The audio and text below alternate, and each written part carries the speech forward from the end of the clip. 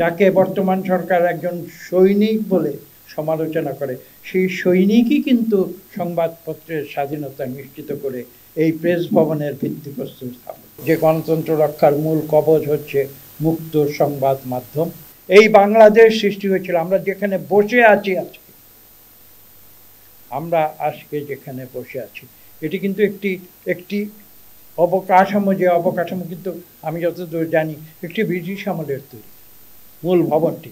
জি, যদিও পরবর্তীতে এই ভবনের গুরুত্ব দিয়ে এটাকে নতুন করে জাতীয় প্রেস ক্লাব হিসেবে প্রতিষ্ঠিত করেছিলেন অন্য কেউ নয়, যাকে বর্তমান সরকার একজন সৈনিক বলে সমালোচনা করে, সেই সৈনিকই কিন্তু সংবাদপত্রের স্বাধীনতা নিশ্চিত করে এই প্রেস ভবনের ভিত্তিপ্রস্তর স্থাপন করেছে। আমার কথা কি সঠিক? জি।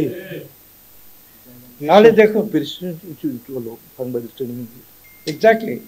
এক্স্যাক্টলি একজন সৈনিক হয়ে যদি সংবাদপত্রের স্বাধীনতাকে সম্মান করতে পারে, তাহলে আওয়ামী লীগ, আওয়ামী তো একটু উর্দু শব্দ তাই না, বাংলায় বলি জনগণের দল, তাই তো, সেটাও বাংলা, তো বাংলাও তারা তারা তারা সমালোচনা করে, নিজেদের দাবি করে অনেক কিছু বলে, নিজের দলের নামটাও আজ পর্যন্ত বাংলা করতে পারে না। লেমন ব্রাইটের এক্সট্রিম ব্রাইট ফর্মুলা বাসন কোষণকে দেয় নতুনের মতো ঝকঝকে চেহারা। লেমন ব্রাইট সে উর্দু নামটি রেখে দিয়েছে।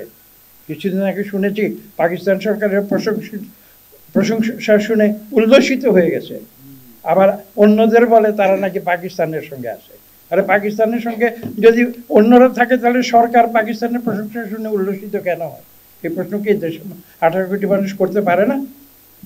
তো যাই হোক, এটা অন্য প্রসঙ্গ, আমি সেখানে আজকে যাব না, উল্লেখ করতে বাধ্য হচ্ছি কারণ প্রসঙ্গক্রমে বিষয়টি এসে গিয়েছে।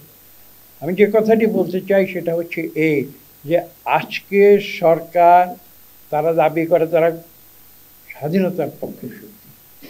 তারা যদি স্বাধীনতার পক্ষে শক্তি হয়ে থাকে, স্বাধীনতার মূল যে প্রতিপাদ্য বিষয় ছিল সেটা তো ছিল গণতন্ত্র, এবং আজকে জাতিসংঘের যে সিদ্ধান্তের কথা আমরা বলেছি, বিশ্ব মুক্ত গণমাধ্যম দিবস, সেই মুক্ত গণমাধ্যম দিবসের মূল প্রতিপাদ্য কি সেটিকে আপনারা একবার চিন্তা করে দেখেছেন? এটা কিন্তু জাতিসংঘের দলিলে লেখা আছে। মুক্ত গণমাধ্যমের মূল প্রতিপাদ্য বিষয় হচ্ছে কিন্তু গণতন্ত্রের কারণেই কিন্তু জাতিসংঘ মুক্ত গণতন্ত্র দিবসের কথা চিন্তা করেছে, ঘোষণা করেছে এবং পালন করছে।